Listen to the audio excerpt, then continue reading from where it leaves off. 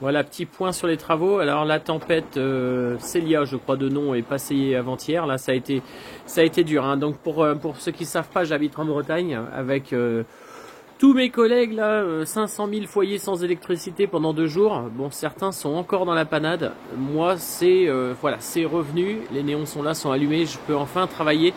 Bon ben, solidarité à ceux qui n'ont pas d'électricité et puis à ceux qui vont se payer la tempête ce soir. Bon courage à tout le monde. Voilà, pour en revenir, donc voilà, la PAC GT, elle est toujours sur le pont. J'ai fini les finitions. Alors pour info, voilà, il y avait des trucs, c'était pas terrible en dessous là. Donc ça, j'en ai profité. C'est tout bon.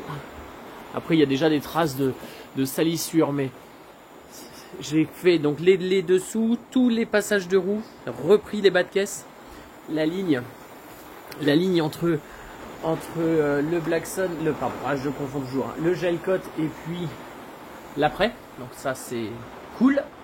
Enfin fini. Pareil pour l'arrière. J'ai repris ce qui était moyen fini là en dessous. Alors c'est pas encore parfait hein, ici, mais je vais pas tout mastiquer. Je suis pas fan de mastic, donc ça s'est caché. Là j'ai regel coté en blanc et réapprêté. Ici ça méritait des travaux. Idem l'autre côté. Pareil sur les autres passages. Alors petite évolution sur cette semaine, ça c'est toujours mon vieux châssis. Alors Tanguy m'a dit c'est bon, l'entreprise démarre, ça va y aller. Donc mon châssis est toujours chez lui et en cours, pas touché hein, mais il va le faire.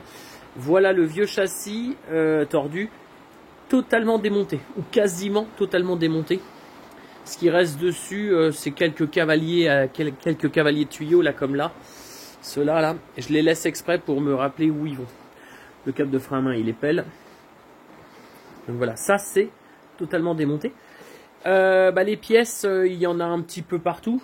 Il y en a un petit tas là-bas. Alors, le premier tas, on peut dire que c'est mort. Le deuxième tas, c'est pas mort. Hein. Ça, je mets pas à la poubelle, vous emballez pas. C'est les triangles qui sont les mêmes que sur la R5 Turbo.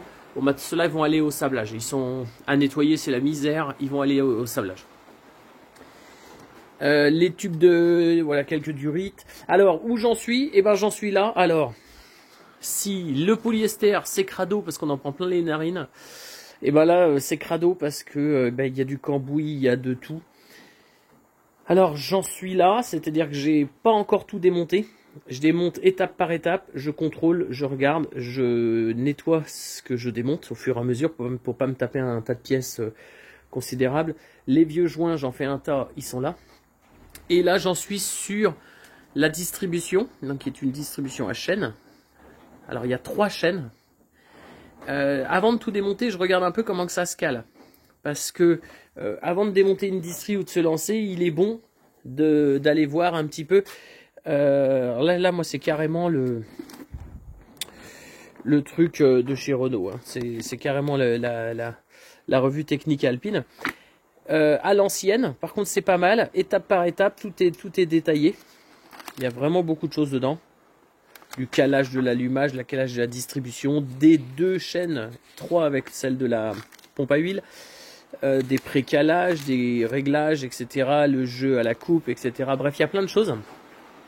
Donc avant de tout démonter, je regarde parce que c'est pas comme les voitures modernes où on a des trous dans les poulies et puis on y met des piches, ça se passe pas comme ça. Alors sur les voitures modernes, il y a ça également, mais ce sont des repères qu'il y a sur les poulies et des repères qu'il y a sur les maillons. Alors là, on les voit pas très bien, mais celui-ci, il a une couleur spécifique. Il sera positionné à un endroit spécifique. Également, faudrait retrouver les autres. Il y a ici, voilà, les 2 maillons de couleur sont là, donc le repère est là en fait. Donc ces maillons-là, on va les mettre en ligne avec des repères qui sont sur les poulies du haut et des repères qui sont sur la poulie du bas. Donc sur la nomenclature, j'ai regardé, a priori, je confonds pas, mais ça serait la rangée droite et la rangée gauche. Alors le moteur, ils doivent le regarder dans l'autre sens, eux. Donc ça à faire attention. Il faut contrôler également tout ce qui est patin de chaîne, allongement de la chaîne. Est-ce que le tendeur de chaîne fait le boulot? Est-ce que les tampons ne sont pas usés, etc. Il faut tout contrôler tout ça. Et puis réutiliser si c'est bon et malheureusement remplacer si c'est HS. Hein. Ça, c'est la pompe à huile qui est entraînée également par chaîne. Celle-là ne nécessite pas un calage ni de tension, ça se pose comme ça. sans problème. Donc là, avant de tout démonter, je vais vérifier comment on démonte, comment on cale et comment on recale surtout. Ce qui me permettra d'enlever les 3 chaînes. D'enlever également l'allumeur qui est ici parce que lui est synchronisé également. Donc le vilebrequin, il entraîne les pistons. Les arbres à cam entraînent les culbuteurs. Tout ça c'est synchronisé. Hein. Il faut que quand les pistons remontent et descendent, les soupapes s'ouvrent et se ferment en fonction. Donc ça sert à ça le calage de distribution. Et l'allumeur, bah, c'est bien d'avoir l'étincelle au bon moment. Donc l'allumeur, on peut l'enlever. On voit qu'il y a des dents de souris à l'intérieur ici. Bon bah il se remet dans n'importe quelle position. Donc il faut absolument le positionner comme il faut. Alors là, ce qu'on voit, bah, encore un nid de souris, plus une espèce de mayonnaise chocolat là. Alors ça, c'est pas de la mayonnaise, c'est le liquide de refroidissement. C'est pas très bon signe. Chez Renault, le circuit de refroidissement avait tendance à faire de l'oxydation. C'est des chemises en acier en fonte dans un bloc aluminium. Ça fait de l'électrolyse. Le risque, c'est d'avoir un passage entre l'eau et l'huile. Donc lors du démontage des bas de chemise, il va être super important de regarder les sièges.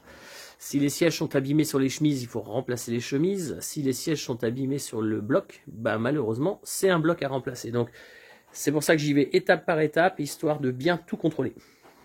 Ici, on y voit les culbuteurs.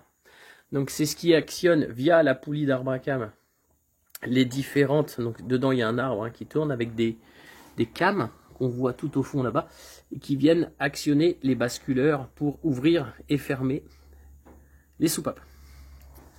Donc là, il y a un jeu ensuite à régler ici, là, au jeu de cale. Une fois que tout est remonté, il y a un petit jeu à contrôler. Donc évidemment, contrôler l'état des cames. Alors là, visuellement, elles ont l'air impeccables. Nettoyer tout ça, etc. Et ici, c'est une came pour la pompe à essence. C'est une pompe à essence mécanique. Donc voilà, il reste encore beaucoup de boulot. C'est la galère parce que c'est carrément dégueulasse. Alors, pour ce qui est de l'hygiène dans le garage, j'essaye de faire au mieux. Hein. J'essaye de traiter les liquides, les huiles, les liquides de refroidissement, les diluants, les vieilles essences. Parce que vous voyez, j'utilise ça. De la vieille essence, en fait, des mélanges essence gasoil ou essence éthanol. C'est pas volontaire, hein, je récupère. Pour nettoyer mes pièces. Et puis, je continue, mais voilà, c'est crado, crado, crado. Alors, j'aurais pu faire le choix de le démarrer comme ça, mais c'est un peu qui tout double. 20 ans de stockage, plus on ne sait pas trop, le circuit de refroidissement qui est défaillant, etc. Vaut autant l'ouvrir, faire une grosse révision moteur, essayer de le sauver, et puis repartir sur une très bonne base. C'est-à-dire des joints neufs, une segmentation neuve, éventuellement des coussinets de bielle si nécessaire, joints de culasse, réglage soupape, carburation nettoyée, circuit de refroidissement fonctionnel, etc. quoi. Donc voilà, il en reste encore à faire, mais ça avance super puisque l'ancien châssis est démonté. La plupart des pièces, sauf les triangles, sont prêts.